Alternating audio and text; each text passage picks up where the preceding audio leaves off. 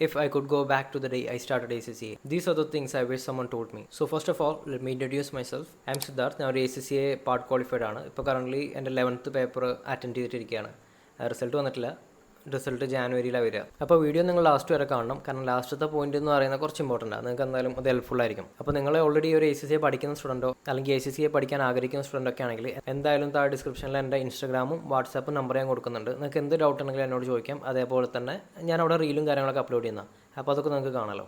So marketing hypo അല്ലെങ്കിൽ നോർമലായിട്ട് ഇൻഡസ്ട്രിയിൽ നടക്കുന്ന കാര്യങ്ങളൊന്നുമല്ല ഞാൻ ഈ വീഡിയോയിൽ പറയാൻ പോകുന്നത്. റിയലിസ്റ്റിക് ആയിട്ട് അതേപോലെ തന്നെ ആസ് എ സ്റ്റുഡൻറ്റ് ഞാൻ ഫേസ് ചെയ്യുന്ന കാര്യങ്ങളും ഞാൻ ഈ ഒരു കോഴ്സ് എടുക്കുന്നതിന് മുന്നേ അറിഞ്ഞിരിക്കണമായിരുന്നു എന്നെനിക്ക് ഫീൽ ചെയ്ത കാര്യങ്ങളുമാണ്. അപ്പോൾ ഒട്ടും തന്നെ ടൈം വേസ്റ്റ് ചെയ്യാതെ നമുക്ക് നേരെ വീഡിയോയിലേക്ക് കിടക്കാം. So first thing, ACCA is not like college or school. Like നമുക്ക് വെറുതെ അങ്ങോട്ട് മെമ്മറൈസ് ചെയ്ത് അല്ലെങ്കിൽ കാണാപ്പാടം പഠിച്ച് പോയതുകൊണ്ട് നമുക്ക് കാര്യമില്ല. നമുക്കൊരിക്കലും ഒരു എക്സാം പാസ്സാകാൻ പറ്റില്ല. കോൺസെപ്റ്റ്സ് നീഡ് അണ്ടർസ്റ്റാൻഡിങ്, അല്ലാതെ മെമ്മറൈസിങ് അല്ല. നമ്മുടെ കോൺസെപ്റ്റുകളൊക്കെ നമുക്ക് നല്ലോണം മനസ്സിലാക്കി അത് അപ്ലൈ ചെയ്യാൻ അറിയണം. അപ്പോഴാണ് നമുക്കത് എക്സാമിന് ആ ഒരു നോളജ് കൊണ്ട് കാര്യമുള്ളൂ. അല്ലാന്നുണ്ടെങ്കിൽ നമ്മൾ എന്തൊക്കെയോ പഠിച്ചു, ബുക്ക് ഫുള്ള് പഠിച്ചു, പക്ഷേ എക്സാമിന് നമുക്കത് എഴുതാൻ പറ്റില്ലല്ലോ. പിന്നെ അതുകൊണ്ട് എന്തൊരു കാര്യം. അപ്പോൾ ഈ നോളജിൻ്റെ കാര്യം പറഞ്ഞപ്പോൾ പേപ്പേഴ്സ് ആക്ച്വലി ഭയങ്കര കണക്റ്റഡ് ആണ് നമ്മൾ വിചാരിക്കുന്നതിനെക്കാട്ടിലും.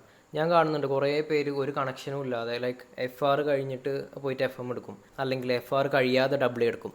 അതൊക്കെ ബ്ലണ്ടറാണ്, ഭയങ്കര വലിയ മിസ്റ്റേക്കാണ്. കാരണം FR പഠിക്കാത്തൊരു കുട്ടി പോയിട്ട് AA എടുക്കുകയാണെങ്കിൽ ഭയങ്കര ബുദ്ധിമുട്ടായിരിക്കും. കാരണം FRലുള്ള എല്ലാ സ്റ്റാൻഡേർഡ്സും നമുക്ക് ആവശ്യമുണ്ട് AA എന്ന് പറഞ്ഞ പേപ്പറിന്. സോ FR പഠിച്ച ഒരു സ്റ്റുഡൻറ്റിനെ സംബന്ധിച്ച് AA എന്ന് പറഞ്ഞാൽ ഭയങ്കര സിമ്പിളാണ്. അപ്പം നമ്മൾ കറക്റ്റ് ഒന്നുമില്ലെങ്കിൽ ACCA പറഞ്ഞാൽ അതേ ഓർഡറിൽ പോവുക, ദാറ്റ്സ് ഫൈൻ. അവർ കറക്റ്റായിട്ട് അതിൻ്റേതായ രീതിയിൽ ഓർഡർ വെച്ചിട്ടുള്ളത്. അല്ലാന്നുണ്ടെങ്കിൽ ഈ ബേസിക് ആയിട്ടുള്ള കാര്യങ്ങൾ, അതായത് FR കഴിയാതെ AA എടുക്കരുത്. പിന്നെ എക്സാമിന് ടെക്നിക്സാണ് നമ്മൾ നോളേജിനെക്കാട്ടിലും കൂടുതൽ മാറ്റർ ചെയ്യുക. കാരണം നമുക്ക് ചിലപ്പോൾ എല്ലാ നോളജും അറിയായിരിക്കും, പക്ഷെ നമുക്കത് എഴുതേണ്ട ഒരു ടെക്നിക്ക് ഇല്ലാന്നുണ്ടെങ്കിൽ നമുക്ക് അതിന് മാർക്ക് വീഴില്ല. അതേപോലെ തന്നെ നമ്മൾ കുറച്ചൊക്കെ ലേണിംഗ് ടെക്നിക്സ് ഉപയോഗിച്ച് തുടങ്ങണം. അതായത് ആക്റ്റീവ് റീകോൾ അല്ലെങ്കിൽ ക്വസ്റ്റ്യൻ പ്രാക്ടീസ്. അതായത് നമ്മൾ ക്ലാസ് തുടങ്ങി ഒരു സെക്കൻഡ് വീക്ക് തൊട്ട് തന്നെ ക്വസ്റ്റ്യൻ പ്രാക്ടീസ് ചെയ്ത് പോകണം ആ പഠിപ്പിച്ച ടോപ്പിക്സിൻ്റെ. അല്ലാന്നുണ്ടെങ്കിൽ എന്താ പറ്റുക വെച്ചാൽ ലാസ്റ്റ് ആകുമ്പോഴേക്കും നമുക്ക് ആ ഒരു എല്ലാത്തിൻ്റെയും ആ ഒരു കോൺസെപ്റ്റ് മനസ്സിലാക്കിയെടുത്ത് എല്ലാത്തിലും നമുക്ക് അങ്ങോട്ട് ഫുള്ളി മനസ്സിലാക്കിയെടുത്ത് പോകാൻ പറ്റില്ല. ചിലതൊക്കെ കാണപ്പാടം പഠിക്കേണ്ടി വരും. അപ്പോൾ സെക്കൻഡ് വീക്ക് തൊട്ടേ ഇങ്ങനെ ചെയ്തു പോകുന്നതിലൂടെ നമുക്ക് എക്സാം മന്തൊക്കെ ആകുമ്പോഴേക്കും ആക്ച്വലി നമ്മൾ ഫുള്ള് യൂസ്ഡ് ആവും. അപ്പോൾ ഏത് രീതിയിൽ ക്വസ്റ്റ്യൻ ചോദിച്ചാലും നമുക്ക് എന്തായാലും എഴുതാൻ പറ്റും. അപ്പോൾ ഞാൻ പറയുന്നത് ഞാനിങ്ങനെ പഠിച്ചു എന്ന് ഒരിക്കലും ഞാൻ പറയുന്നില്ല. ഞാൻ ഒരു പേപ്പറും അങ്ങനെ പഠിച്ചിട്ടില്ല. നിങ്ങളെൻ്റെ ബ്ലോഗ്സൊക്കെ കാണുന്നതാണല്ലോ. അപ്പോൾ ഞാൻ പറഞ്ഞു വരുന്നത് എന്താ വെച്ചാൽ ഇങ്ങനെയൊക്കെ പഠിക്കുകയാണെങ്കിൽ നിങ്ങൾക്ക് നിങ്ങളുടെ പാസ് റേറ്റ് എന്തായാലും 100% ആക്കാൻ പറ്റും. അതേപോലെ തന്നെ നിങ്ങൾക്ക് ചിലപ്പോൾ റാങ്കും കിട്ടിയെന്ന് വരും. കാരണം മോസ്റ്റ് സ്റ്റുഡൻസ് ഇങ്ങനെ സെക്കൻഡ് വീക്കൊന്നും ഇരുന്ന് പഠിക്കാറില്ല. പഠിക്കുന്നവർക്കാണെങ്കിൽ റാങ്കും കിട്ടിയിട്ടുണ്ടാവും. അതേപോലെ തന്നെ നമ്മൾ സ്കൂളിലും കോളേജിലൊക്കെ ആകുമ്പോൾ എങ്ങനെയായിരിക്കും, ക്ലാസ് ജസ്റ്റ് ഇങ്ങനെ എടുത്തു പോകും, നമ്മളത് കേൾക്കും, എന്നിട്ട് ബുക്ക് വായിക്കും, ഇതിൻ്റെ ബേസിൽ പോയി എക്സാം എഴുതും. പക്ഷേ ACCA അങ്ങനെ നമുക്ക് ഒരിക്കലും എഴുതാൻ പറ്റില്ല. ക്ലാസ് കേട്ടുകൊണ്ടോ അല്ലെങ്കിൽ ബുക്ക് വായിച്ചുകൊണ്ടോ നമുക്ക് എക്സാമിന് പെർഫോം ചെയ്യാൻ പറ്റില്ല. അവിടെയാണ് ഞാൻ ആദ്യം പറഞ്ഞ പോയിന്റ് ഉണ്ടല്ലോ, ക്വസ്റ്റ്യൻ പ്രാക്ടീസ്. അത് തന്നെയാണ് ഡ്രാഗ് ചെയ്തുകൊണ്ടിരുന്നത് ഫുള്ളായിട്ട്. അപ്പോൾ ഈ ക്വസ്റ്റ്യൻ പ്രാക്ടീസ് നമ്മൾ ക്വസ്റ്റ്യൻ പ്രാക്ടീസായിട്ട് ചെയ്യുക, അതേപോലെ തന്നെ ടൈം പ്രഷറിൽ ചെയ്യുക, അതേപോലെ തന്നെ മോക്ക് എക്സാംസ് ചെയ്യുക. ഞാനിപ്പോൾ കറൻ്റ് ഇൻസ്റ്റിറ്റ്യൂട്ടിലാണ് വർക്ക് ചെയ്യുന്നത്. അപ്പോൾ കുറേ സ്റ്റുഡൻസായിട്ട് നമുക്കിങ്ങനെ കമ്മ്യൂണിക്കേറ്റ് ചെയ്യേണ്ടി വരും, സംസാരിക്കേണ്ടി വരും, എക്സാം കഴിഞ്ഞിട്ടും എക്സാമിന് മുന്നേ. അപ്പോൾ അതിൽ പലരും അവരുടെ തന്നെ ഒരു മിസ്റ്റേക്കായിട്ട്, ഒരു റിഗ്രറ്റായിട്ട്, ഭയങ്കര റിഗ്രറ്റായിട്ട് പറയുന്നൊരു കാര്യമാണ് അവർക്ക് മോക്ക് എക്സാം അറ്റൻഡ് ചെയ്യാൻ പറ്റിയില്ല. എല്ലാവരും പറഞ്ഞിട്ടുണ്ടായിരുന്നു അറ്റൻഡ് ചെയ്യണമെന്ന്, പക്ഷേ അവരെന്തോ അതിനെ നിസ്സാരമായിട്ട് കണ്ട് മോക്ക് എക്സാം എഴുതിയില്ല. അതുകൊണ്ട് തന്നെ അവർക്ക് ടൈം മാനേജ് ചെയ്യുന്നതിൽ ഭയങ്കര പ്രശ്നം ഉണ്ടായിരുന്നു. അപ്പോൾ ബാക്കിയുള്ളവരെ വെച്ച് കമ്പയർ ചെയ്യുമ്പോൾ അവർക്ക് തീരെ പെർഫോം ചെയ്യാൻ പറ്റില്ല, അണ്ടർ പെർഫോംഡ് ആയിരുന്നു തന്നെ അവർ പറയുന്നത്. അപ്പോൾ ഈ കാര്യത്തിലൊക്കെ ഭയങ്കര റിഗ്രറ്റാണ് സ്റ്റുഡൻസിന്. അപ്പോൾ ഞാൻ പറഞ്ഞു വരുന്നത് എന്താ വെച്ചാൽ നമ്മൾ ചെയ്യേണ്ട കാര്യങ്ങൾ ചെയ്യണം. പഠിച്ചുകൊണ്ട് മാത്രം കാര്യമില്ല. പഠിപ്പിന് കുറച്ച് കുറഞ്ഞാലും കുഴപ്പമില്ല. ക്വസ്റ്റ്യൻ പ്രാക്ടീസും മോക്ക് എക്സാമിലും കൂടെ നമുക്ക് കവറപ്പ് ചെയ്തെടുക്കാൻ പറ്റും. കാരണം നമുക്ക് എക്സാമിൽ എന്താ വേണ്ടത്, മാർക്സ് ആണ്, അതായത് പാസ് മാർക്സ്.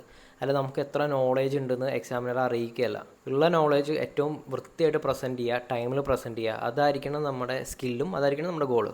ഇനി സെക്കൻഡ് കാര്യം എന്ന് പറയുന്നത്, you will fail if you study when you feel like it. അതായത് ഞാൻ ഉദ്ദേശം എന്താ വെച്ചാൽ ചില ആൾക്കാരുണ്ട് നമുക്ക് തോന്നുമ്പോഴേ പഠിക്കുള്ളൂ. ലൈക്ക് എനിക്കിപ്പോൾ പഠിക്കാൻ തോന്നുന്നില്ല, അങ്ങനെയാണെന്നുണ്ടെങ്കിൽ അവർ പഠിക്കില്ല, അന്നത്തെ ഒരു ദിവസം പഠിക്കാതെ വിടും. അപ്പോൾ എപ്പോഴാണോ തോന്നുന്നത് അപ്പോൾ മാത്രം പഠിക്കുന്ന കുറേ ആൾക്കാരുണ്ട്.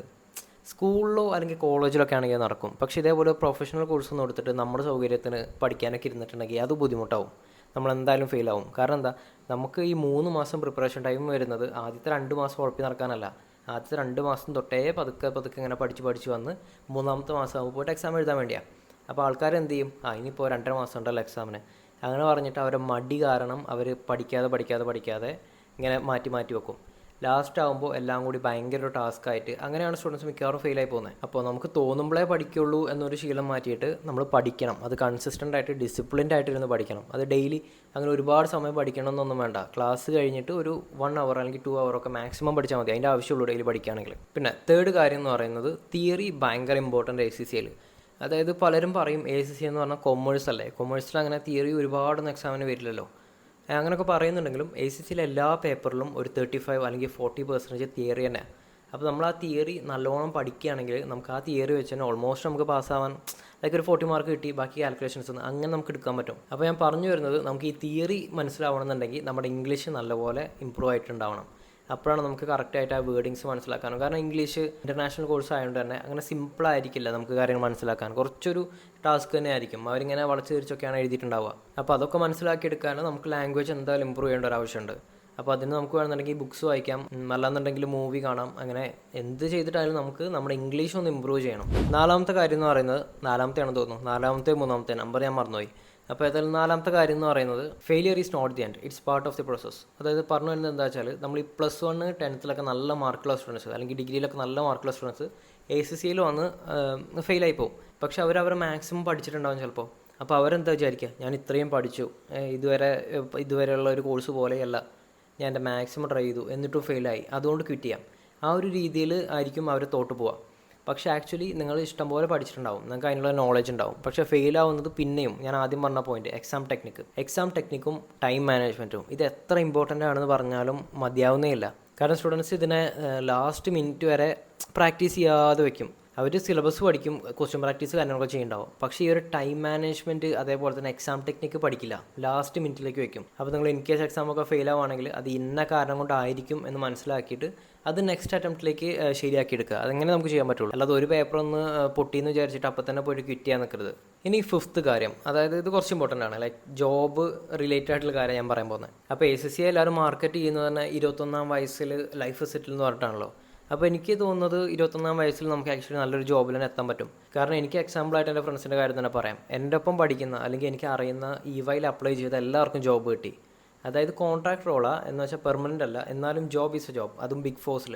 അപ്പോൾ നിങ്ങൾ ചോദിക്കും നിനക്ക് ജോബ് കിട്ടിയില്ലല്ലോ എന്ന്. ആക്ച്വലി ഞാൻ അതിന് അപ്ലൈ പോലും ചെയ്തിട്ടില്ല. കാരണം ഞാൻ ഓൾറെഡി ഇൻസ്റ്റിൽ വർക്ക് ചെയ്യുകയാണ്, അതേപോലെ തന്നെ നമുക്ക് ഇവിടെ ബിസിനസ് ഉണ്ട്.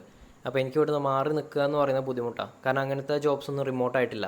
അത് മാത്രമല്ല എൻ്റെ ഡിഗ്രി കംപ്ലീറ്റ് ആയിട്ടില്ല, ജൂണിലെ ഡിഗ്രി കംപ്ലീറ്റ് ആവുള്ളൂ 2026. അപ്പോൾ കോഴ്സ് കഴിഞ്ഞാൽ ജോബൊക്കെ എല്ലാവർക്കും കിട്ടും. പക്ഷേ എന്താ വെച്ചാൽ നമ്മൾ ഈ ക്വാളിഫിക്കേഷനാണ് ഭയങ്കര സംഭവം എന്ന് വിചാരിച്ചിരിക്കരുത്.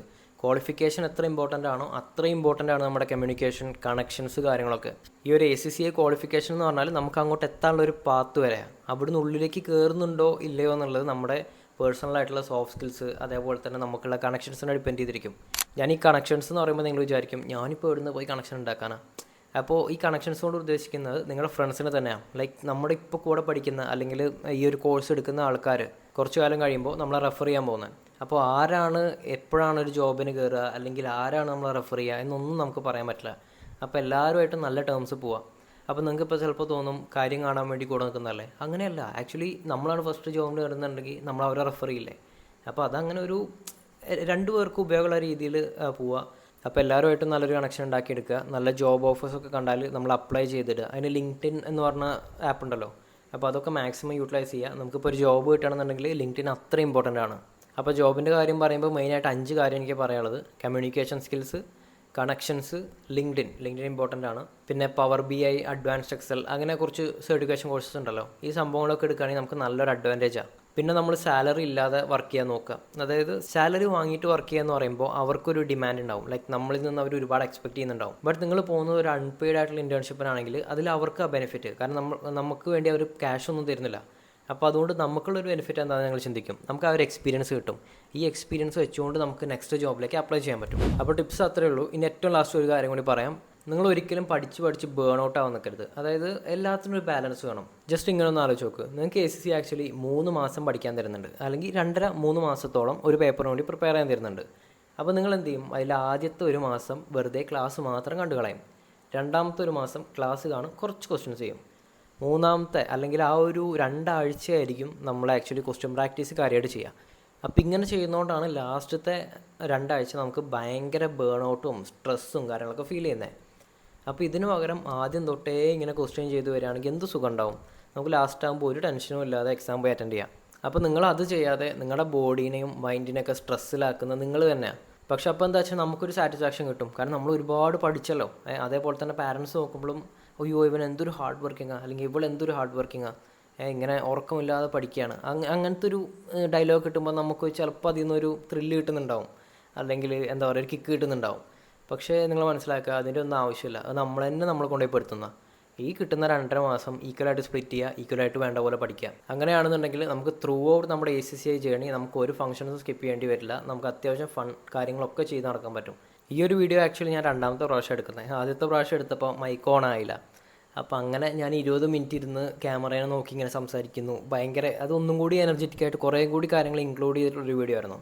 അപ്പോൾ അതിങ്ങനെ കുറേ സംസാരിച്ച് കഴിഞ്ഞിട്ട് ലാസ്റ്റ് പോയി നോക്കിയപ്പോഴാണ് മൈക്ക് ഓൺ ആയിട്ടില്ല, ഫോൺ ഓഫായി. അപ്പോൾ ആകെ ചർച്ച്. ഇപ്പോൾ ഞാൻ ഇപ്പോൾ 2ാമത് വന്നിരിക്കുകയാണ്. അതാണ് എനർജിയും കുറച്ച് കുറഞ്ഞിട്ടുണ്ട്. പിന്നെ വലിയൊരു ഇതില്ലാതെ പോയത്. ഇനിയും ഒരുപാട് കാര്യങ്ങൾ പറയാനുണ്ട്, പക്ഷേ ഈ വീഡിയോ തന്നെ ഭയങ്കര ലോങ് ആയിപ്പോയില്ലേ. അപ്പോൾ നിങ്ങൾക്ക് ഇതിൻ്റെ പാർട്ട് 2 വേണമെന്നുണ്ടെങ്കിൽ എന്തായാലും താഴെ കമൻറ്റ് ചെയ്യുക. പിന്നെ നിങ്ങൾ എൻ്റെ ചാനൽ ആദ്യമായിട്ടാണ് കാണുന്നതെന്നുണ്ടെങ്കിൽ ഇപ്പോൾ തന്നെ വീഡിയോ ലൈക്ക് ചെയ്യുക, ഒപ്പം ചാനൽ സബ്സ്ക്രൈബ് ചെയ്യുക. അപ്പോൾ അത്രയുള്ള ദിവസം video. Thanks for watching. Bye bye.